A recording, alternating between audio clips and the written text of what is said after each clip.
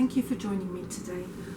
A friend of mine dropped round 2 cushions like this and 4 like this. I measured them, I gave her a quote for yardage and she went and got the yardage, but I hadn't realised that she was going to get a stripe. And a stripe means that you're confined to how far across you're going to be able to cut everything. Now, we had a power cut the other day and I ended up cutting all of the pieces, but I will discuss how I did it and why I did it the way I did it. So let's get on with it. Now, usually when I do piping, I do it on a bias, which would have meant that I would have had a bit of everything going on. But because it was rather tight and I only had strips of fabric, I took the stripes and split it up. Now, I cut the strips to 1.5 inches and I am joining each colour to itself on a diagonal on the shortest stitch length. I cut the join within 1/4 inch and I'm just going to pop that back under there, keeping the raw edges together and extending to the longest stitch. I'm just going to carry along here.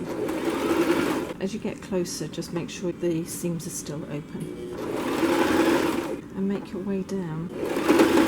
Just going to work it to the centre, which means if I don't have quite enough for 2, I will know at that point. And the centre is right there. I will mark it. I've got some smaller lengths that I can add on if necessary. The centre pattern of the fabric was actually this one, and I looked at it and I didn't like it. So I chose this one and made sure that everything goes out from there, and the same on this square one. Sometimes you might have 2 stripes that look really nice, in which case you can mix and match them. Just make sure that both sides of each pillow has the same pattern. So with this, I could have chosen to have maybe this in the center and it would not have looked odd with this one as center, but personally I liked this one and this is the one she's going to get. The next thing, although I've cut everything hopefully to match, if I line that pattern up there, so on each one of my covers, although I made the numbers look right,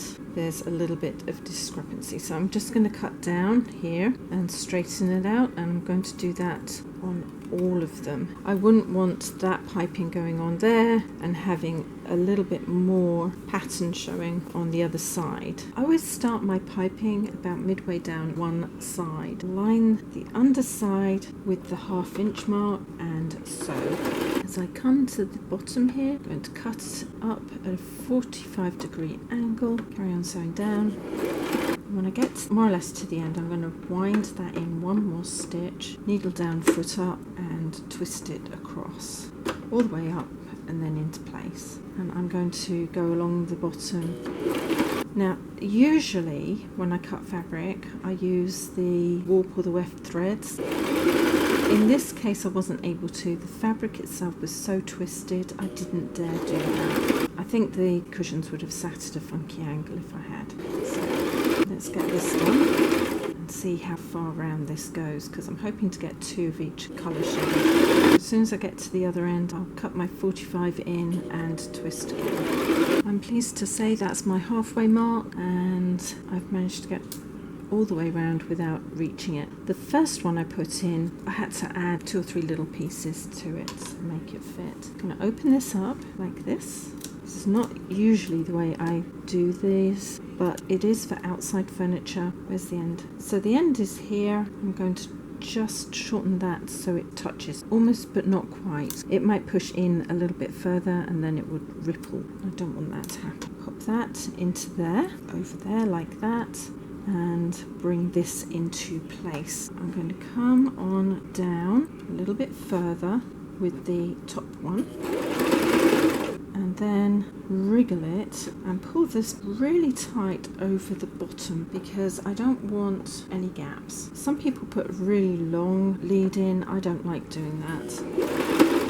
So there we go, and in. That's how it looks.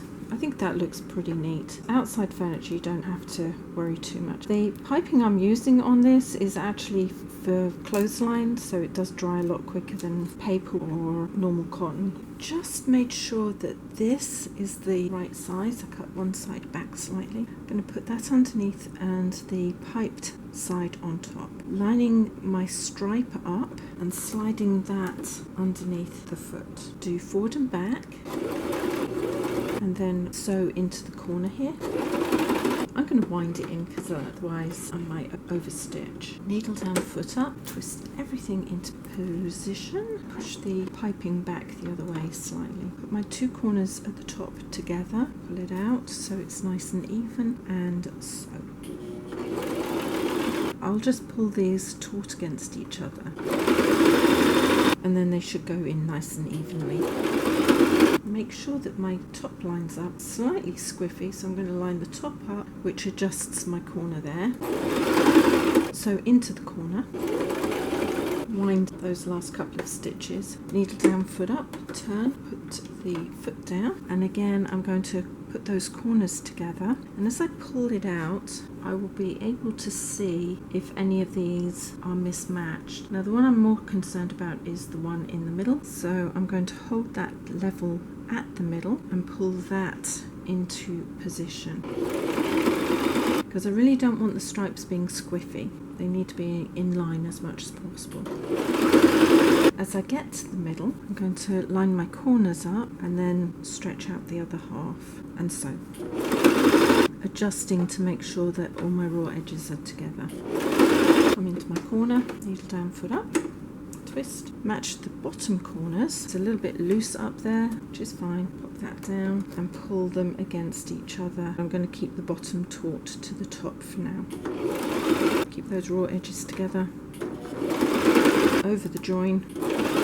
As I come in to the corner here, I'm just going to make sure that those stripes line up, which might adjust there, which it has. So into the corner, twist into place, raw edges together, and sew and reverse and finish. Turn all of these around, wriggle those corners into place and check all of them because I want the corners to look relatively square, but also that the stitching is hidden on both sides. There's a little bit of a gap here. It's on the second side that I put in, so it was facing down when it happened. Push everything into place, pop the second side on top, so I'm going in the opposite direction, pop that down like that and sew all the way across here.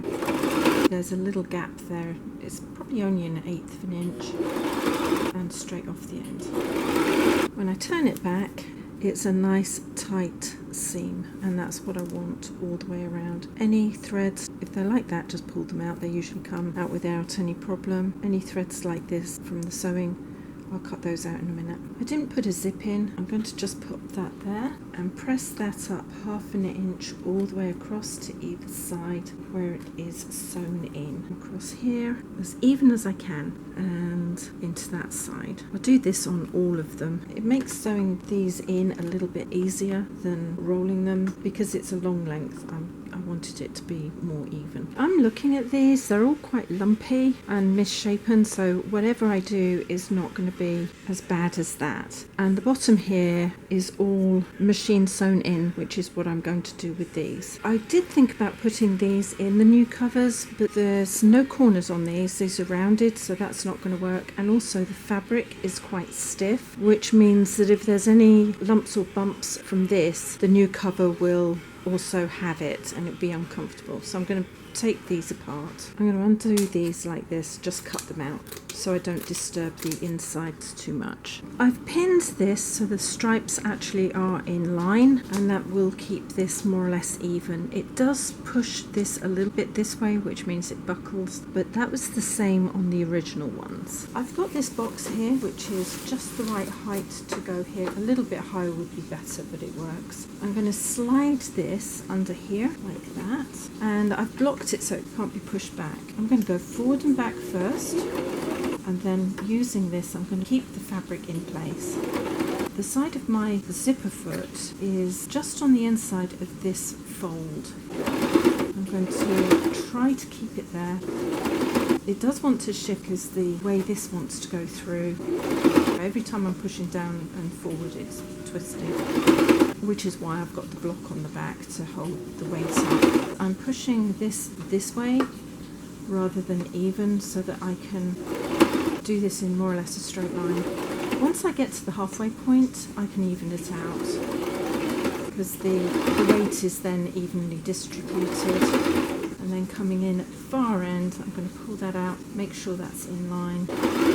There might be a few little wrinkles, that's normal. To the other end, reverse. Thank you for joining me with this little project. I think they've turned out really well. The lines here follow down, and if you tip them the other way, it lines up too. I think my friend would be rather pleased with them. The different colours around them just kind of ties in all of the fabric. This is a nice easy way of redoing the throw cushions for outside furniture. If you'd like to see more from me, please subscribe, hit the bell button, and a few thumbs up would be brilliant. And in the meantime, take care. See you later. Ciao.